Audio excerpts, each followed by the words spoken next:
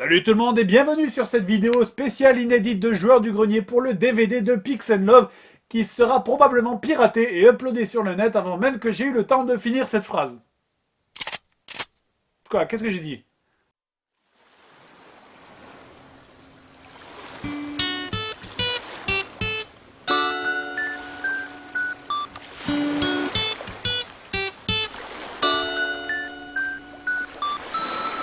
Un, deux, trois, quatre.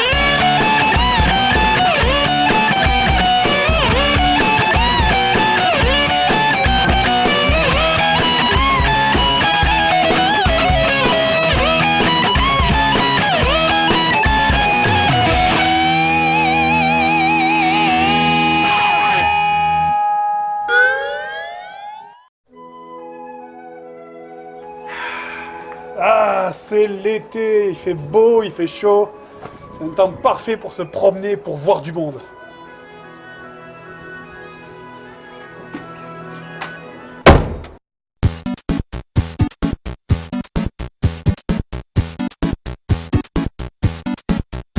Vous savez, je suis pas un grand fan des jeux de plateforme. Pourtant, il y a un type de jeu qui m'insupporte encore plus que les jeux de plateforme, c'est les shoot'em up. C'est même pour ça d'ailleurs que j'en ai presque pas. Pourtant, sur un des derniers salons, je suis allé, quelqu'un m'a offert ce jeu super, Captain Planet et les Planeteers. Je te remercie à toi, inconnu, je n'avais justement pas envie de vivre vieux. Alors, Captain Planet, on se souvient tous de cette série. Le monde a changé. Tout commença lorsque les 5 grands anneaux furent forgés. Un fut donné aux Roukmout, dont les taches de rousseur n'avaient d'égal que leur absence d'âme. Le second fut donné à la race des Blondasses, terrible créature qui... Hop, hop, hop, hop, ça va, on arrête là. Donc il s'agissait d'une série diffusée à partir de 91 en France qui dégoulinait d'une pseudo-morale écologique.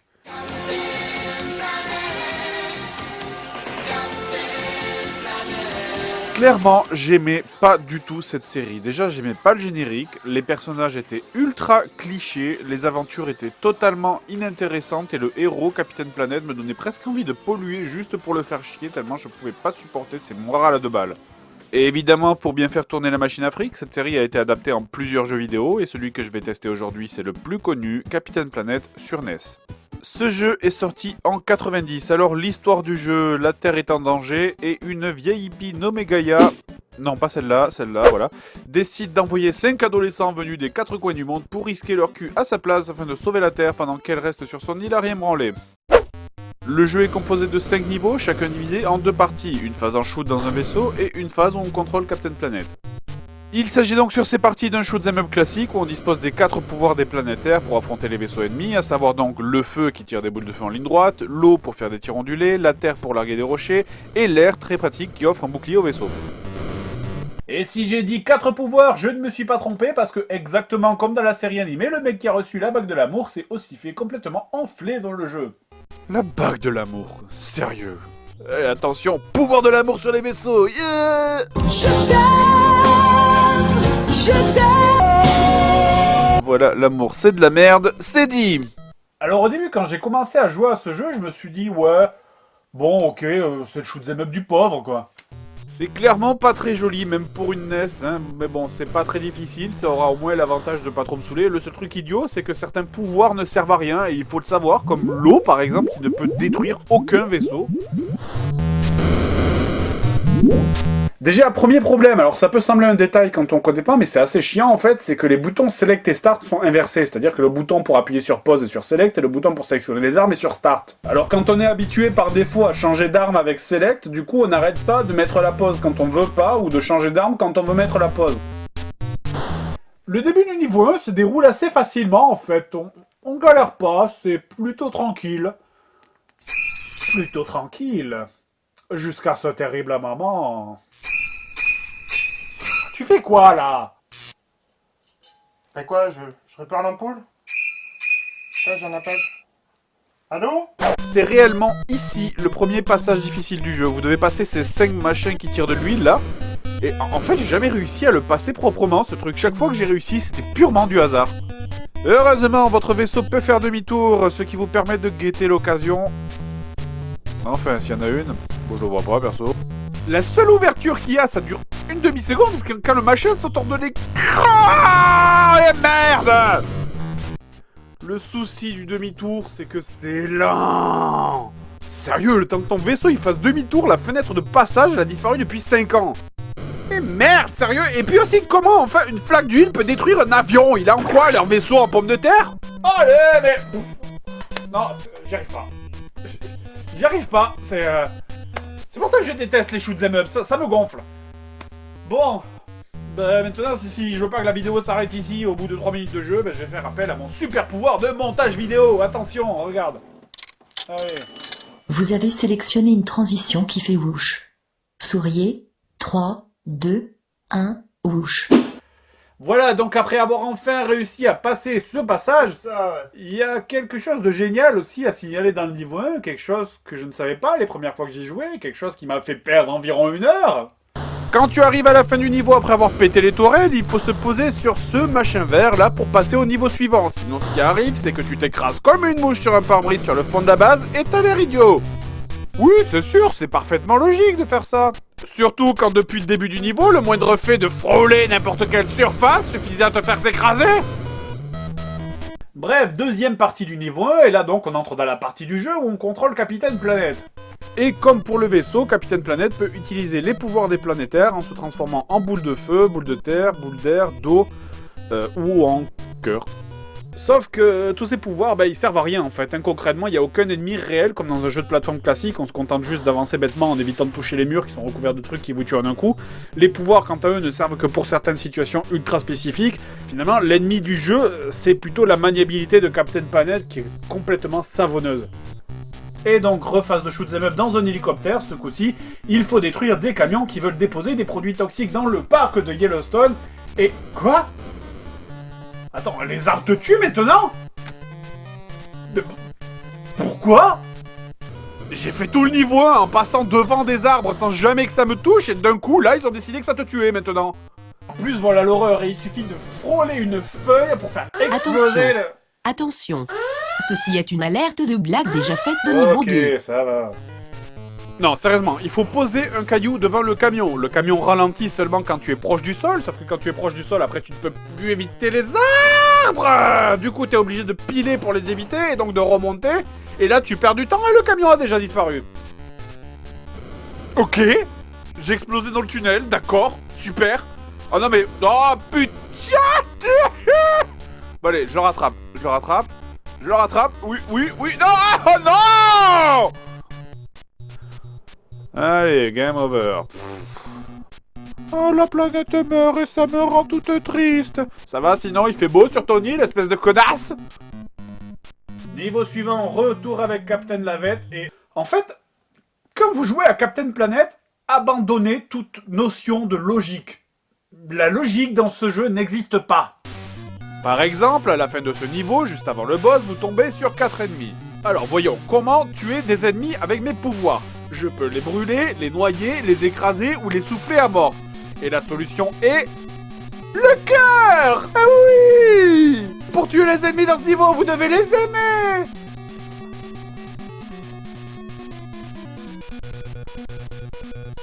C'est débile! Attends. La bague de l'amour sert à parler aux animaux. Y'a pas la moindre logique! C'est une division par 0 ce truc! Et le boss, c'est pareil. Voyons, il est entouré de petites boules rouges qui ont l'air de dégager de l'électricité. La logique voudrait donc que je prenne la Terre, puisque la Terre ne conduit pas l'électricité. Maintenant, ce raisonnement logique, il suffit de le prendre, de le retourner et de prendre le choix le moins logique possible. L'eau! Mais c'est bien sûr, c'était évident! Non mais comment est-ce qu'ils ont construit leur jeu? Est-ce qu'ils ont tiré au hasard les pouvoirs qu'il faut utiliser sur les différents niveaux? L'eau. Niveau suivant, un niveau sous-marin, et là je crois qu'ils ont dû se donner entre eux le défi, genre t'es pas chiche de faire le niveau de shoot'em up le plus mou du monde. C'est un nouveau type de jeu, c'est un slow them up. En plus, les ennemis mettent 3 coups à mourir et la seule arme utilisable, c'est le rocher, c'est-à-dire l'arme la plus lente du jeu. Alors, bon, c'est vrai qu'il y a une certaine logique à ce que le feu ne soit pas utilisable sous l'eau. Par contre, la logique qui fait que l'eau n'est pas utilisable sous l'eau, c'est... Enfin, je sais que j'ai l'habitude de me noyer dans un verre d'eau, mais là, on peut pas dire que ça coule de source, quand même. Toute l'équipe joueur du grenier s'excuse pour cette blague particulièrement pourrie qui est tombée à l'eau. Moi, s'il y a bien un truc qui m'énerve dans les jeux, c'est l'aléatoire. Et là, je suis servi. Ces espèces de tourbillons, par exemple, vous aspirent vers le haut ou vous poussent vers le bas. Mais il n'y a aucun moyen de différencier les deux. Est-ce qu'il faut que j'appuie sur le haut parce qu'il va me pousser en bas ou l'inverse? Le seul moyen de savoir, c'est de mourir sur chaque tourbillon et de se souvenir à l'essai suivant. Mais ça vous oblige à recommencer 10 fois le niveau. Il y a aussi des grands moments d'énigme, comme ce passage où je suis resté bloqué des dizaines de minutes à me demander ce qu'il fallait faire. Est-ce qu'il fallait attendre un passage, comme dans le premier niveau? Non. Si j'essaie de passer juste après qu'il ait lâché son rocher... Non. Et la solution est... la pieuvre à peine visible en bas de l'écran!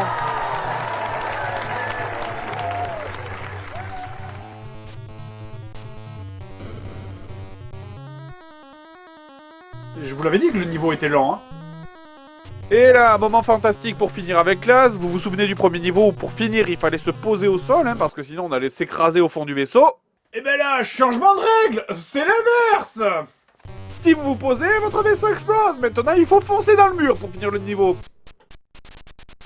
Plus les niveaux avancent et plus on se rend compte qu'on joue à un pur try and die. Vous connaissez forcément ce genre de jeu où vous êtes obligé de crever au moins une fois dans chaque piège pour les éviter. Et le plus insupportable pour moi, c'est le niveau de la neige. Tu avances tranquille, tu meurs dans le premier piège, tu reviens, tu évites le piège, pavé, 2 mètres plus loin, le second, tu reviens, tu évites les deux, et bim, allez, tué par un ennemi hors de l'écran, joyeux Noël! Et ça continue jusqu'au moment où tu arrives à The Passage. Mais oui, vous connaissez les The Passage, tous les jeux difficiles en ont un, le fameux passage qui te donne envie de mettre un coup de tête à ta copine et de courir tout nu sur l'autoroute. Comment passer ici? C'est putain de merde d'impossible!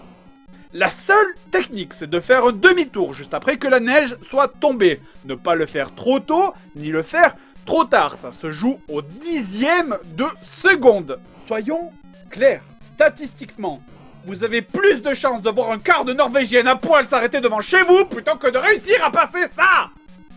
Putain! Oh oui! Oh oui! Oh putain oui! Ah, je suis un roi! Ah, je suis un dieu! Ah, je suis...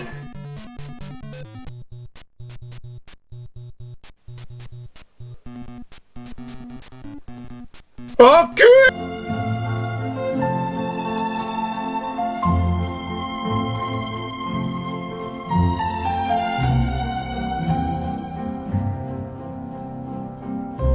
Les fesses d'une baleine!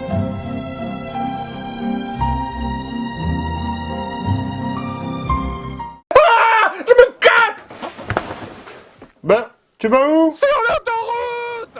Bonjour, nous nudistes Norvège, nous cherchons plage. La ferme! Par pure curiosité, je suis quand même allé voir le dernier niveau en utilisant le mot de passe et c'est l'enfer. Je sais pas ce qui est le pire, hein. Est-ce que c'est le fait que le niveau entier soit tapissé de ces boules rouges qui vous tuent dès que vous les touchez, le fait qu'on puisse pas faire 10 mètres sans crever 3 fois, ou alors le fait qu'on affronte des ennemis intouchables avec une e-box buggée et d'autres qui vous tuent instantanément? À moins que ça soit la stratégie du boss de fin aussi, où il faut bouger toutes ces pièces là pour lui renvoyer ses propres coups. C'est vrai après tout, vous contrôlez un super-héros qui vole, qui a le pouvoir des éléments et une super puissance pour déboîter n'importe quoi avec sa force seule, mais pourquoi s'en servir? C'est tellement plus fun de faire des puzzles! Et toute cette souffrance, pourquoi, au bout du compte? Oh, c'est hyper mignon! Regardez, c'est exactement le même écran que le Game Over! Allez, c'est bon, du balai. Ça me fait une raison de plus de pas aimer le dessin animé. En tout cas, un jeu comme ça, sa place, c'est à la poubelle.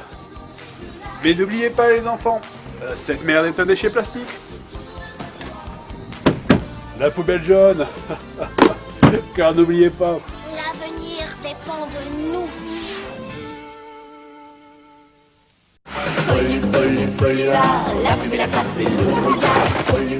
Polluard, demain il sera trop tard. Polluard, tu as mis polluard, tu sèches la vie. Polluard, tu imagines la pollution.